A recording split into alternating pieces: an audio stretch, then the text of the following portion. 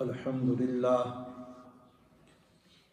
للہ رب العالمین والصلاة والسلام علی من لا نبی بعدہ اما بعد فاعوذ باللہ من الشیطان الرجیم بسم اللہ الرحمن الرحیم ومن اظلم ممن منع مساجد اللہ ان یذکر فیہا اسمہ وسعى فی خرابها أولئك ما كان لهم أن يدخلوها إلا خائفين لهم في الدنيا خزي ولهم في الآخرة عذاب عظيم ولله المشرق والمغرب فأينما تولوا فثم وجه الله إن الله واسع عليم صدق اللہ العظیم۔ نہایت ہی قابل قدر مسلمان بھائیوں اور بزرگوں، آپ حضرات کے سامنے سورہ بقرہ آیت نمبر 114 اور 115 دو آیتیں تلاوت کی ہیں۔ رب العالمین سے دعا ہے کہ اللہ رب العالمین ان آیات کے متعلق صحیح معنوں میں بات سمجھانے کی اور سمجھنے کی اللہ تعالی ہم سب کو توفیق عطا فرمائے۔ ان آیتوں میں تیسرا شکوہ ہے، اور تفسیر مظہری میں علامہ بغوی رحمۃ اللہ علیہ کے حوالے سے یہاں یہ لکھا ہے کہ اس کا شان نزول تو فرماتے ہیں کہ تیتوس رومی بادشاہ تھا، یہ اس کے اور اس کے ساتھیوں کے متعلق یہ آیتیں نازل ہوئی تھی۔ اس کو یہودیوں سے بغض تھا، نفرت کرتا تھا ان سے، اس لیے اس نے بخت نصر عراق کے اندر، یہ ایک مجوسی بادشاہ تھا، اس نے اس کی مدد کی، اور یہ دونوں آئے بیت المقدس میں، انہوں نے یہودیوں کا قتل عام کیا۔ جتنے بھی مرد تھے جو سواری کے قابل ہوتے تھے ان سب کو قتل کر دیا، اور ان کی جو اولاد تھی ان کو غلام بنا لیا، اور بیت المقدس جو تھا اس کو اجاڑ کے رکھ دیا، اور اتنی توڑ پھوڑ کی کہ بالکل اس کی حالت خراب کر دی۔ حضرت عمر فاروق رضی اللہ تعالیٰ عنہ کے زمانے تک یہ اسی طرح خراب اپنی حالت پہ تھا، جس طرح انہوں نے توڑ کے گئے تھے۔ حضرت عمر فاروق رضی اللہ عنہ کے زمانے میں جب بیت المقدس فتح ہوا تو پھر حضرت عمر رضی اللہ تعالیٰ عنہ کے حکم سے اس کی دوبارہ تعمیر کی گئی اور تزئین وغیرہ اس کی گئی۔ بعض مفسرین نے جس طرح علامہ بغوی رحمۃ اللہ علیہ نے لکھا ہے، بعض مفسرین کے حوالے سے وہ فرماتے ہیں کہ اصل میں یہودیوں نے حضرت یحییٰ علیہ السلام، زکریا علیہ السلام کے بیٹے یحییٰ علیہ السلام پیغمبر تھے، ان کو قتل کر دیا۔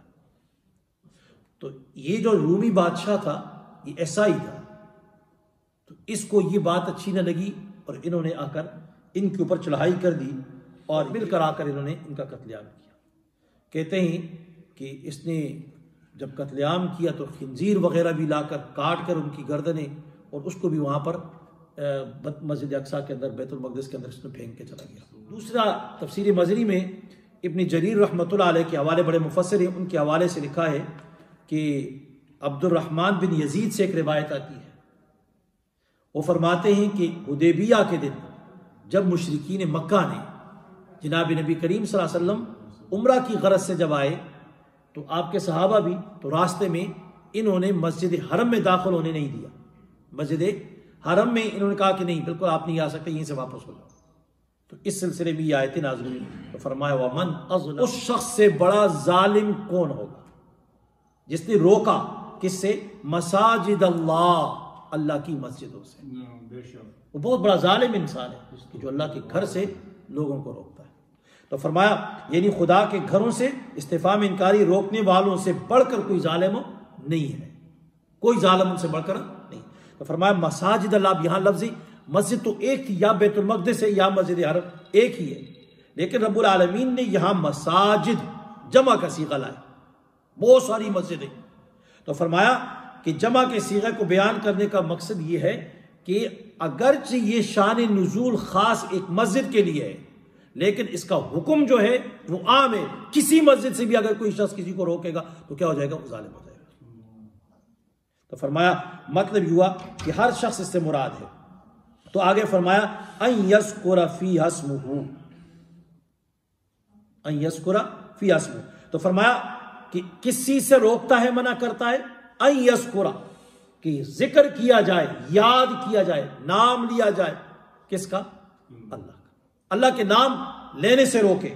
تو فرمایا یعنی خالص اللہ رب العالمین کی توحید روکنے سے منع کر دیں. بعض مسجد میں ہوتا ہے نا کہ نہیں جی مسئلہ وہ بیان کرو گے جو ہماری پبلک کی چاہت کے مطابق ہوگا، کہ ہر وقت آپ توحید ہی توحید بیان کریں. نہیں، وہ کوئی مسئلے وضو کی بھی بنا دیا کرو.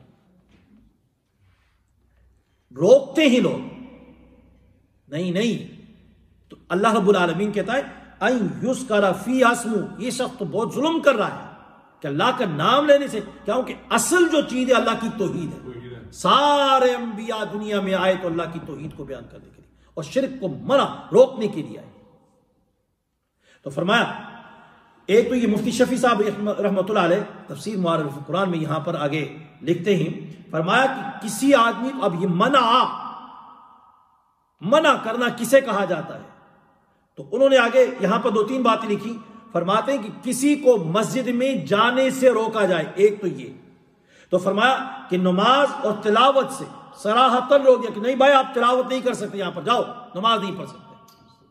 ایک. اور دوسرا فرمایا مسجد میں شور و شغب کرنا، مسجد میں آوازیں بلند کرنا، چیخ و پکار کرنا، شور و شغب کرنا، یا اس کے قریب مسجد کے قریب گانے وغیرہ لگانا. اکثر ہوتا ہے نا اجرے مسجد کے قریب ہوتے ہیں، شادی کے موقع پر حال ہوتا ہے کوئی بھی جگہ تو اونچی اونچی آواز سے گانے لگا دیے جاتے ہیں. تو یہ بھی کیا ہے؟ میوزک بجا کر لوگوں کی نماز میں خلل ڈالنا، یہ بھی اسی میں آ جاتا ہے. ومن اظلم، یہ بہت بڑا ظالم انسان ہوتا ہے جو یہ کام کرتا ہے. آگے فرمایا اسی طرح نماز کے اوقات میں، نمازی لوگ مسجد میں بیٹھے ہوئے نا، اب یہاں پر لوگ نوافل پڑھ، نماز کا وقت ہے قریب، اب لوگ نماز میں ہیں، کوئی تسبیح کر رہا ہے، کوئی تلاوت کر رہا ہے، تو یہ اب اس میں مشغول ہیں. تو اب اس دوران کوئی آدمی اونچی آواز سے ذکر اللہ کرتا ہے، لا الہ الا اللہ، اونچی آواز سے ذکر کرے، اونچی آواز سے قرآن کریم کی تلاوت کرنا شروع ہو جائے، تو مفتی اعظم پاکستان مفتی شفیع صاحب رحمۃ اللہ علیہ فرماتے یہ بھی نمازیوں کی نماز میں خلل ڈالنا ہے، نماز سے منع کرنا ہے، روکنا ہے. تو لہٰذا یہ شخص بھی کیا ہے؟ ان ظالمین کے زمرے میں آ جائے گا جس کے بارے میں اللہ تعالیٰ فرماتا ہے ومن اظلم ممن منع مساجد اللہ. آگے فرماتے ہیں کہ اسی طرح جتنی بھی دوسری صورتیں آئیں وہ ساری کی ساری کیا ہے؟ اس میں آئے گی کہ جس جگہ میں بھی مسلمانوں کو نماز پڑھنے سے روکا جائے یا ان کی نماز میں کوئی خلل ڈالا جائے تو یہ اس میں شامل ہے. آگے فرماتے وسعی فی خرابہا، وسعی فی خرابہا، اور کوشش کرے ان کو اجاڑنے کی. مسجد کے اجاڑنا 2 طریقے سے ہوتا ہے. مسجدوں کا وسعی فی خرابہا، مسجد کو اجاڑنا ویران کرنا 2 طرح سے ہوتا ہے. ایک تو اس طرح جس طرح کہ یہ عیسائی رومی بادشاہ جو تھا تیتوس، اس نے جا کے بیت المقدس کو جس طرح اس کو گرا دیا، ڈھا دیا، اس کو اجاڑ کے رکھ دیا، اس کے نقصان کر دیا. ایک تو یہ ہے یا یہ. اور فرمایا یا دوسرا، یا ذکر اللہ سے منع کر دے، ذکر اللہ سے منع کر دے، روک دے، یہ بھی اجاڑنا ہے. فرمایا ذکر اللہ سے منع کرنے سے کیا مراد؟ جس طرح کی مسجد حرام میں جاتے ہوئے محمد الرسول اللہ صلی اللہ علیہ وسلم اور ان کے صحابہ کو کیا کر دیا؟ منع کر دیا نا. تو یہ بھی فرمایا وسعی فی خرابہا میں آ جاتا ہے. فرمایا اولئک ما کان لہم ان یدخلوها الا خائفین، ان کے لیے مناسب نہیں تھا ان یدخلوها، یہ کہ مسجد میں داخل ہوتے گھستے، الا خائفین، مگر ڈر کے جاتے. لیکن یہ تو گئے اور انہوں نے مسجد کو اجاڑ کے رکھ دیا، خراب کر کے رکھ دیا. بیت المقدس جوال قرآن میں ہے کہ تاکہ گھروں میں ان کی تعظیم اور حرمت کی بنا پر ڈرتے داخل ہونا چاہیے تھا. اس طرح تفسیر بغوی میں ہے، فرمایا بیت المقدس یہ جو تھا عیسائیوں کے لیے اسی طرح تھا جس طرح یہ حج کے لیے ہم جاتے ہیں نا مسجد حرام میں، تو عیسائیوں کے لیے تو اس طرح حیثیت رکھتا تھا اور مقام زیارت تھا. لیکن اس نے کیا کر دیا؟ حضرت ابن عباس فرماتے ہیں کہ عیسائی رومیوں کو اس میں ڈر ڈر کے داخل ہونا چاہیے تھا. یہ تو ہمارے وہ جگہ ہے، مقدس جگہ ہے، جہاں پر ہم نے حج کے لیے آتے ہیں، زیارت کے لیے آتے ہیں. لیکن اس نے تو آ کے وہاں پر اس کو اجاڑ کے رکھ دیا اور ساتھ خنزیر کاٹ کے اس کے لا کے اس کے اندر رکھ دیا. تو بہت بڑا ظلم کیا اس نے. تو فرمایا تفسیر مزری میں ہے کہ اس آیت میں مومنین فرمایا کہ اولئک ما کان لهم ان يدخلوها الا خائفین. یہاں پر تفسیر مزری میں ہے کہ اس میں مسلمانوں کو نصرت اور فتح کی، مسجد بیت المقدس کو لینے اور مسجد حرم جو ہے اس کو بھی لینے کی خوشخبری دی گئی ہے. گلڈ نیوز ہے، خوشخبری ہے. کیا خوشخبری ہے؟ فرمایا کہ جس طرح تھوڑے عرصے کے اندر تم اس کو حاصل کر دے گے، اولئک ما کان لهم ان يدخلوها، کہ ان کے لیے تو مناسب نہیں ہے ان کے اس کے اندر داخل ہو. یہ کون ہوتے ہیں؟ الا خائفین، مگر ڈر کے آتے نا. تو اس میں خوشخبری ہے. تو فرمایا حضور نبی کریم علیہ الصلوۃ والسلام کو تھوڑے ہی عرصہ گزرا، مکہ فتح ہوا اور سب سے پہلے کیا ہو گیا؟ مسجد حرم کو انہوں نے حاصل کر لیا. اور پھر جناب نبی کریم علیہ الصلوۃ والسلام نے اعلان کر دیا کہ آج کے بعد کوئی مشرک مسجد حرم میں داخل نہیں ہوگا، سرزمین حرم میں کوئی مشرک داخل نہیں ہوگا.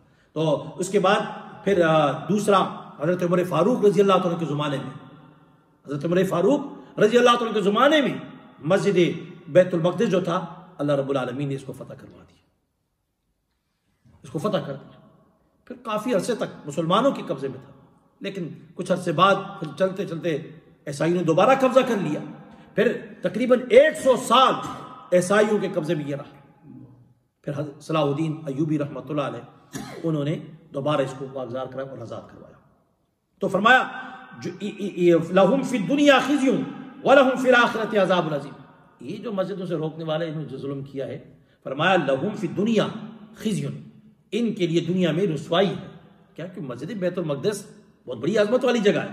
تو فرمایا ولہم فی الآخرۃ عذاب عظیم، اور آخرت کے اندر بڑا دردناک قسم کا عذاب ہے. ایسے ظالموں کے لیے دنیا میں رسوائی ہے اور آخرت میں کیا ہے؟ عذاب ہے. فرمایا دنیا کی رسوائی کیا ہے؟ قتل ہونا اور قید ہونا ہے اور جزیہ ادا کرنا ہے. اور آخرت میں کی رسوائی کیا ہے؟ کہ بہت بڑا سخت عذاب ان کو ملنے والا ہے اور دائمی قسم کا عذاب ہے، ہمیشہ اس عذاب میں رہیں گے. یا مفتی شفیع صاحب معارف القرآن میں انہوں نے مسئلہ لکھا ہے، فرمایا کہ دنیا کی تمام مساجد، چاہے ویک فیلڈ کی مسجد ہے، ڈیوزبری کی مسجد ہے، پاکستان کے کسی شہر کی مسجد ہو، مسجد حرم ہے، مسجد بیت المقدس ہے، مسجد نبوی ہے، ادب کے اعتبار سے، آداب کے اعتبار سے یہ ساری ایک جیسی مسجد ہے. ہر ایک کا احترام اسی طرح لازم ہے جس طرح مسجد حرم کا لازم ہے، جس طرح مسجد نبوی کا احترام لازم ہے، جس طرح مسجد اقصیٰ کا احترام لازم ہے، اسی طرح اس ویک فیلڈ کی سینٹرل جامع مسجد کا احترام بھی ہر مسلمان کے اوپر لازم ہے، انشاءاللہ ہر مسلمان پہ لازم. یہ آپس میں کیا ہے؟ حکم کے دربار میں. ہاں لیکن فرمایا ان تین مسجدوں کی عظمت، مسجد حرم، مسجد نبوی اور بیت المقدس، مسجد اقصیٰ، ان تینوں کی عظمت اور بزرگی جو ہے وہ تو بڑی ہے، لیکن ادب کے اعتبار سے ساری برابر ہیں، سب کا احترام لازم ہے. فرمایا ہاں مسجد حرام میں کوئی آدمی ایک نماز پڑھتا ہے تو اس کو 1,00,000 نمازوں کا ثواب ملتا ہے. کتنی نمازوں کا؟ 1,00,000.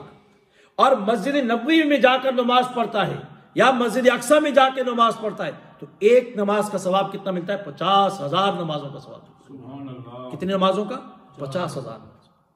اس لیے فرماتے ہیں کہ ان تین مساجد جو ہیں ان کے لیے دور دراز سے سفر کر کے، پیسے لگا کر، جان مال لگا کر مسلمان کو جانا چاہیے اور جا کر وہاں پر کیا نماز پڑھنی چاہیے، نماز پڑھنی چاہیے. کیونکہ ایک ایک نماز کا کتنا بڑا اجر ہے، اتنی بڑی نیکیاں ملتی ہیں. تو فرمایا بخلاف دوسری مساجد کے، دنیا کی کو اچھی سی اچھی مسجد بنا دی جائے، بڑے سے بڑے ولی نے مسجد بنا لی ہو، بڑے سے بڑے صحابی نے مسجد بنا لی، لیکن کسی دوسری مسجد کے لیے سفر کر کے اس طور پر جانا کہ وہاں نماز پڑھنا اس ویک فیلڈ کی مسجد سے زیادہ افضل ہے، سفر کر کے کوئی جاتا ہے تو یہ جائز نہیں ہے. نبی کریم علیہ الصلوۃ والسلام نے منع کیا، سوائے ان تین مسجدوں کے اور کسی جگہ کے لیے انسان سفر کر کے نہیں جا سکتا ہے. اس بنا پر کہ میں وہاں جاؤں گا، ترکی کی مسجد ہے میں جاتا ہوں وہاں پر کہ وہاں پر مجھے اس ویک فیلڈ کی مسجد سے زیادہ ثواب ملے گا، نہیں، بلکہ ساری مسجدیں زمین کے اوپر وہ کیا ہے مقام و مرتبہ کے اعتبار سے کیا ہے باقی مسجدیں ان تین کے علاوہ وہ برابر ساری برابر ہیں، ایک جیسا ثواب ملتا ہے سب میں، لیکن تین مسجدیں جو ہیں ان کا اپنا اپنا ثواب ہے، اس کے اندر نماز پڑھو۔ مسجد کی آبادی کس سے ہوتی ہے؟ تو فرمایا کہ مسجد کی آبادی اس کے اب یہ خوبصورت دیواریں ہم بنا دیں، اس کی خوبصورت چھت بنا دیں، اچھا ڈیزائن وغیرہ کر دیں، قیامت کی نشانی بھی بتائیے کہ قیامت کے قریب زمانے میں مساجد کے اوپر بہت بڑا مال خرچ ہوگا، بڑی خوبصورت بنائی جائیں گی، لیکن اندر کوئی آباد کرنے والا نہیں ہوگا، آبادیاں نہیں ہوگی۔ فرمایا مسجد کی آبادی اس میں انما یامر مساجد اللہ من آمن باللہ والیوم الآخر، کہ مسجد کی آبادی جو ہے کس سے ہوتی، کون کرتا ہے؟ جو آدمی اللہ کی ذات کے اوپر ایمان رکھتا ہے، ایماندار آدمی مسجد آئے گا، نماز پڑھے گا۔ تو جو آدمی صبح شام مسجد میں آتا ہے اس کے ایمان کی تو آنکھیں بند کر کے گواہی دو کہ یہ اللہ رب العالمین کا مومن بندہ ہے، سبحان اللہ، یہ مومن بندہ ہے۔ انما یامر مساجد اللہ من آمن باللہ والیوم الآخر واقام الصلاۃ، نماز قائم کرتا ہے، کہ وآت الزکاۃ، و زکات دیتا ہے، ولم یخشى الا اللہ، وہ سوائے اللہ کے اور کسی سے ڈرتا ہی نہیں، اس کے دل میں خوف صرف کس کا ہے؟ اللہ کا۔ تو آگے فرمایا حضرت علی رضی اللہ عنہ فرماتے ہیں کہ انسان کی شرافت اور انسانیت 6 باتوں میں ہے۔ کتنی باتوں میں ہے؟ 6۔ 3 باتیں جو ہیں وہ قیام کی حالت میں ہیں، حضر میں ہیں، اور 3 باتیں جو ہیں وہ سفر کی ہیں۔ 3 باتیں جو قیام کی ہیں حضرت علی رضی اللہ عنہ فرماتے ہیں، ایک تو یہ کہ قرآن کریم کی تلاوت کیا کریں۔ اب گھر میں ہم یہاں اپنے ویک فیلڈ میں رہتے ہیں تو ہمیں چاہیے کہ اللہ کے کلام کی تلاوت بلا ناغہ ہر روز کرنی چاہیے، جتنا زیادہ قرآن کریم پڑھ سکتے ہیں نا پڑھیں۔ حضرت علی رضی اللہ عنہ فرماتے ہیں انسان کی شرافت کی علامت، انسانیت کی علامت۔ اور فرمایا دوسرے نمبر پر مسجدوں کو آباد کرنا، مسجد میں آ کر نماز پڑھے، کوشش انسان کی ہونی چاہیے، ہر آدمی کی۔ گھر میں نماز پڑھتے ہیں، گھر میں تو عورت بھی نماز پڑھتی ہے، مرد اور عورت کی نماز میں فرق کیا ہے؟ کہ مرد آ کے مسجد میں اللہ کے گھر میں نماز پڑھے، گھر میں آ کے نماز پڑھے۔ اور تیسرے نمبر پہ فرمایا کہ ایسے دوستوں کی ایک جمعیت بنائی جائے، ایسے دوستوں کی جمعیت ہو جو اللہ تعالیٰ اور دین کے کاموں میں امداد کرے، ایسی جماعت، ایسی جمعیت ہو کہ جو اللہ تعالیٰ کے کیا ہے دین کے کاموں میں کیا ہے معاونت کرے، تعاون کرتے جائے۔ اور فرمایا سفر کے 3 کام کیا ہے؟ فرمایا ایک یہ کہ اپنے مال سے سفر میں انسان جاتا ہے نا، گروپ جاتا ہے، اس میں اگر کوئی غریب ساتھی ہے تو کہا غریب ساتھی کی معاونت کرے، اپنے مال کو اس غریب آدمی کے اوپر کیا ساتھ خرچ کرے۔ اور دوسرے میں فرمایا اس نے خلق، اچھے اخلاق سے اپنے ساتھیوں کے ساتھ پیش آئے، ساتھیوں کے ایک دوسرے کو برداشت کرنا، کیونکہ سفر ایسی چیز ہوتی ہے وہاں پر برداشت کم ہو جاتی ہے، لیکن جو آدمی وہاں برداشت کرے گا تو حضرت علی فرماتے ہیں یہ شرافت کی نشانی ہے۔ اور تیسرے نمبر پر فرمایا ہنسی مذاق آپس میں دوستوں میں ہونا چاہیے، تفریح ہونی چاہیے، بالکل کیا ہے اپنے آپ کو ٹائٹ کر کے نہیں رکھنا چاہیے، بلکہ ایک دوسرے کے ساتھ ہنسی مذاق، یہ سارا سفر میں کیا ہے یہ ہونا چاہیے۔ تو فرمایا وَلِلَّهِ، آگے دوسری جو آیت میں نے پڑھی آگے اللہ تعالیٰ فرماتے ہیں کہ وَلِلَّهِ الْمَشْرِقُ وَالْمَغْرِبُ، وَلِلَّهِ مشرق والمغرب فَأَيْنَمَا تُوَلُّوا فَثَمَّ وَجْهُ اللَّهِ۔ فرماتے ہیں تفسیر جواہر القرآن میں ایک آیت میں مسلمانوں کو تسلی دی ہے کہ اگر کفار اور مشرکین تمہیں مسجدوں سے روکی، مسجد حرم سے روکی، مسجد اقصیٰ سے روکتے ہیں، لیکن اس میں کوئی فکر کی بات نہیں ہے۔ کیوں؟ اس لیے کہ تم جہاں کہیں بھی ہو قبلہ رخ ہو کر نماز پڑھو، کیونکہ اللہ رب العالمین کے ہر جگہ موجود ہے۔ یہ منع کرتے ہیں مسجد اقصیٰ سے، تمہیں کیا ہوا؟ تم نے تو اللہ کے سامنے سر رکھنا ہے، اللہ کی عبادت کرنی ہے، تو دنیا کے جہاں جس جگہ میں ہو، مشرق میں کھڑے ہو جاؤ، مغرب میں کھڑے ہو جاؤ، اللہ رب العالمین کو تم وہیں پاؤ گے، اللہ کے سامنے کھڑے ہو کر نماز پڑھو۔ اور فرمایا تفسیر عثمانی میں ہے کہ یہ بات بھی جو یہ آیتیں نازل ہوئی، یہ بھی یہود و نصارہ آپس میں لڑ پڑے، ایک کہنے لگا ہمارا قبلہ اچھا ہے، ہمارا قبلہ بہتر ہے، دوسرا کہنے لگا ہمارا قبلہ بہتر ہے، ان کی آپس میں لڑائی ہوگی۔ تو اس لیے اللہ تعالیٰ نے فرمایا کہ اللہ تعالیٰ کسی مخصوص سمت میں نہیں ہے کہ اسی جانب کو خدا ہے، ایسی بات نہیں، اللہ تعالیٰ تو سمت سے مکان سے وہ کیا ہے منزہ ہے، پاک ہے، وہ پاک ہے، کہیں بھی اللہ تعالیٰ ہر جگہ ہے، ہر جگہ وہ موجود ہے۔ تو فرمایا بعض علماء نے لکھا ہے کہ یہ آیتیں سفر کے بارے میں نازل ہوئی ہیں کہ سفر میں کہیں جاتے ہو تو سواری پتہ نہیں چلتا قبلہ کس جانب ہے، تو فرمایا جس جانب کو تمہارا یقین ہو جائے، پختہ یقین ہو جائے، اسی جانب کو منہ کر کے نماز پڑھو، لیکن نماز نہ چھوڑو، نماز نہ چھوڑو، نماز پڑھنی ہے۔ قبلہ نہیں پتہ چلتا ہے، جس جانب کو منہ تم نے کر لیا، وَلِلَّهِ الْمَشْرِقُ وَالْمَغْرِبُ، اللہ ہی کے لیے کیا ہے مغرب و مشرق ہے۔ ان اللہ واسع علیم، بے شک اللہ تعالیٰ بہت بخشش کرنے والا ہے، سب کچھ جاننے والا ہے، یعنی اس کی رحمت سب جگہ عام ہے، سب جانتا ہے کون سی شے بندوں کے لیے مفید ہے اور کون سی شے کیا بندوں کے لیے مفید نہیں ہے، کون سی جانب بندوں کے لیے مفید ہے کیا نہیں ہے، یہ سارا کون جانتا ہے؟ اللہ تعالیٰ۔ اللہ تعالیٰ مجھے بھی اور آپ سب کو سبحان اللہ وبحمدہ سبحان اللہ العظیم۔ اللهم ربنا آتنا في الدنيا حسنة وفي الآخرة حسنة وقنا عذاب النار اللهم اعنا على ذكرك وشكرك وحسن عبادتك۔ پروردگار عالم سب کا بیٹھنا قبول و مقبول بنا، یا الہ العالمین خاتمہ بالخیر نصیب فرما دے، یا الہ العالمین جو کہا جو سنایا اس کے عمل کی توفیق عطا فرما، ہمارے دروس کو کامیاب بنا، یا الہ العالمین اپنے دربار میں کو قبول فرما دے، شرف قبولیت نصیب فرما دے، یا الہ العالمین ان دروس کو شرف قبولیت نصیب فرما، یا اللہ تم کو قبول فرما دے، یا الہ العالمین اس محنت کو قبول فرما دے، بیٹھنے والوں کے بیٹھنے کو قبول فرما کر ہمیں دنیا اور آخرت کی کامیابی نصیب فرما دے۔ صلی اللہ تعالیٰ علی خیر خلقہ محمد و آلہ وصحبہ وسلم۔